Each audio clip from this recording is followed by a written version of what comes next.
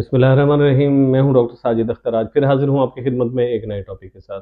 जैसा कि सबको मालूम है कि गर्मियां अपने उरूज पर हैं और सूरज आग बरसा रहा है। ऐसे में हम अपने छोटे बच्चों का, ख़ास तौर पर 6 माह से कम उम्र के बच्चों का, नौज़ायदा बच्चों का किस तरह से ख़्याल रख सकते हैं, इस बारे में आज हम डिस्कस करेंगे। अगर आपने हमारा चैनल अभी तक सब्सक्राइब नहीं किया तो इसको सब्सक्राइब कर लें।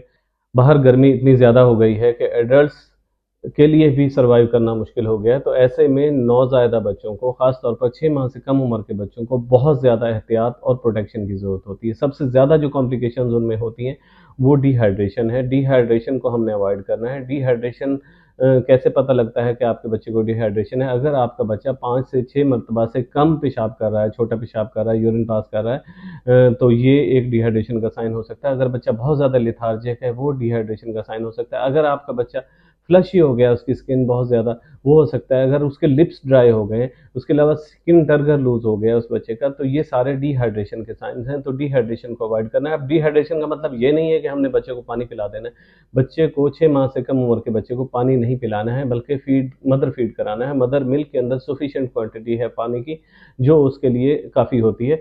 हाँ, ये किया जा सकता है कि अगर डिहाइड्रेशन ज़्यादा होती है, फीड एक्स्ट्रा कर दें, एक दफ़ा ज़्यादा फीड करा दें, 1 से 2 मर्तबा फीडिंग की फ्रीक्वेंसी को बढ़ा दें। अगर फार्मूला फीड पे है तो वो भी जो है फ्रीक्वेंसी ऑफ फीड को बढ़ाया जा सकता है। गाय, भैंस, बकरी का दूध तो देना ही नहीं है। माँ का दूध ज़्यादा से ज़्यादा दें और उसके अलावा फार्मूला मिल्क ज़्यादा से ज़्यादा दें, ताकि बच्चे को पानी और नमकियात की कमी ना हो रही हो और उसको डिहाइड्रेशन ना हो रहा हो। गर्मियों में एक और एहतियात जो हमने करनी है, वो है कि आउटिंग को अवॉइड करना है। हम खुद रिकमेंड कर रहे होते हैं, बता रहे होते हैं पेरेंट्स को कि अपने बच्चे को बाहर लेके जाएँ, लेकिन हम गर्मियों में अवॉइड करेंगे। ख़ास तौर पर गर्मी के टाइम्स में अवॉइड करेंगे। 9 से 10 बजे के बाद जो है और 6 बजे से पहले जो है, ये वो टाइम है जिसमें बहुत ज़्यादा पीक पे गर्मी पड़ती है और ये बच्चे के लिए बिल्कुल भी सेफ़ नहीं है। अगर कोई मजबूरी हो और बहुत ज़्यादा ज़रूरी हो बच्चे को बाहर निकालना, तो उसको फुल कवर करके ले जाना है और उसको हैट पहनाना है, ताकि उसको गर्मी उस पे ना लगे। कोशिश करनी है कि ठंडी गाड़ी में उसको मूव कराना है। अगर बहुत ज़्यादा पॉसिबल ना हो फिर भी, तो फिर भी कोशिश करनी है कि बच्चे को ज़्यादा से ज़्यादा गर्मी ना लगे।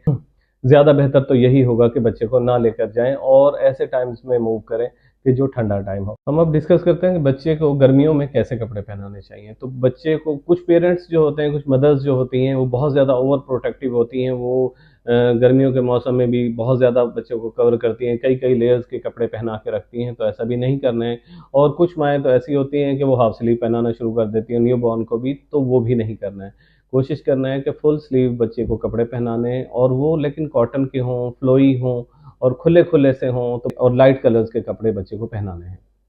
छोटे बच्चों में स्किन इन्फेक्शंस बहुत ज़्यादा हो रहे होते हैं। गर्मियों में ख़ास तौर पर इनमें डायपर रैश हो रहा होता है और उसके अलावा स्किन पर बॉयल्स और एक्ने वग़ैरह के मसाइल आ रहे होते हैं। तो डायपर रैश के लिए ये करना है कि कोशिश करनी है दिन में डायपर फ्री रखना है बच्चे को। साथ रेगुलरली डायपर चेंज करना है, अगर डायपर लगाना भी ज़रूरी है तो।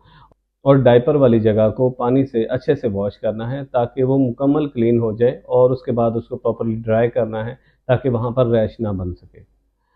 उसके अलावा जो हमने करना है कि जो स्किन फ़ोल्ड्स होते हैं, ख़ास तौर पर गर्दन वाला एरिया हो गया, हमारे बाजुओं का ये जो फ़ोल्ड्स वाली जगह है, इनमें बच्चों में बहुत ज़्यादा रैशेज़ हो रहे होते हैं। तो ये भी इसी वजह से हो रहे होते हैं कि पसीना आता है और उसमें पसीने के साथ-साथ अगर बच्चा मैला है, तो उसमें वो जरासीम बन रहे होते हैं, फंगल इन्फेक्शंस हो रहे होते हैं, तो वो रैश का बायस बन रहे होते हैं, जो कि बच्चे के लिए बहुत ज़्यादा तकलीफ़देह होते हैं। ना सिर्फ़ उनके लिए, उनको दर्द हो रहा होता है, बेचैनी हो रही होती है, साथ-साथ उनको इन्फेक्शन भी हो रहा होता है। तो उसको अवॉइड करना है। अवॉइड कैसे करना है कि बच्चे को क्लीन रखना है, बच्चे को साफ-सुथरा रखना है, बच्चे को अच्छे रूम टेम्परेचर पे रखना है, ताकि बच्चे को गर्मी ना लगे, बच्चा स्वेटिंग ना करे। साथ-साथ उसको गीले कपड़े से साफ़ भी कर सकते हैं। नीम गर्म पानी के साथ बच्चे को नहला सकते हैं। नहलाने के बाद प्रॉपरली उसको क्लीन करना है और उसको खुश्क करना है बच्चे को, ताकि वहाँ पर रैश ना बने।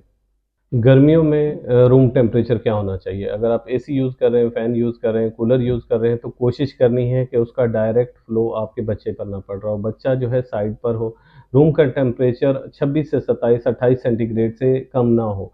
ये एक आइडियल रूम टेम्परेचर है। इसको मेज़र करने के लिए एक रूम थर्मामीटर मिलता है। कोई बहुत ज़्यादा महँगा नहीं है, ये आप ले सकते हैं न्यूबॉर्न्स के लिए। ये रूम में लगा सकते हैं और टेम्परेचर को कंट्रोल्ड रखना है। कोशिश करनी है कि बहुत ज़्यादा ठंडा ना हो जाए एनवायरनमेंट, या बहुत ज़्यादा गर्म ना हो जाए। कुछ पेरेंट्स अपने बच्चों को टैल्कम पाउडर लगा रहे होते हैं और उनकी सोच ये होती है कि इससे ठंडक का एहसास होगा और बच्चा हमारा ठंडा रहेगा, तो ये बिल्कुल भी रिकमेंडेड नहीं है। ख़ास तौर पर 6 माह से कम उम्र के बच्चे को टैल्कम पाउडर बिल्कुल भी नहीं लगा सकते हैं। गर्मियों के मौसम में मच्छर बहुत ज़्यादा बढ़ जाते हैं, तो हमने कोशिश करनी है कि मॉस्किटो बाइट से भी बच्चे को प्रिवेंट करता है, वो बहुत सारी बीमारियों का बायस बन रहे होते हैं। तो एक तो हमने नेट का इस्तेमाल करना है, दूसरा जब हमने बच्चे को बाहर लेके जाना है तो फुल स्लीव हो और उसके अलावा मॉस्किटो रिपेलेंट भी सेफ़ जो है वो लगाए जा सकते हैं।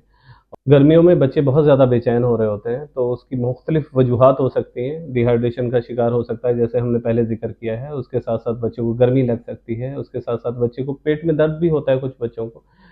जिन बच्चों को पेट में दर्द हो रहा है, माएँ कुछ उनको घुट्टी, ग्राइप वाटर और शहद और पता नहीं क्या कुछ दे रही होती हैं, तो ये सारी चीज़ें रिकमेंडेड नहीं हैं, ये नहीं दे सकते, इनके नुकसानात हो सकते हैं बच्चे को।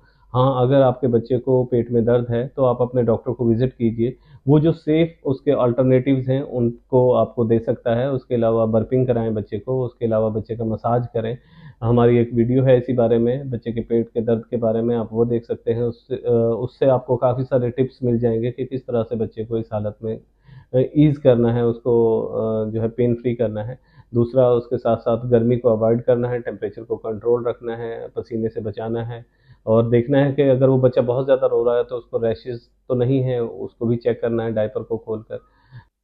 हमारा आज का टॉपिक यहीं तक था। अगर आपका फिर भी कोई क्वेश्चन है, कोई क्वेरी है, कोई सजेशन है, हमें कमेंट सेक्शन में पूछ सकते हैं। हम कोशिश करेंगे कि आपके तमाम सवालों के जवाब दें।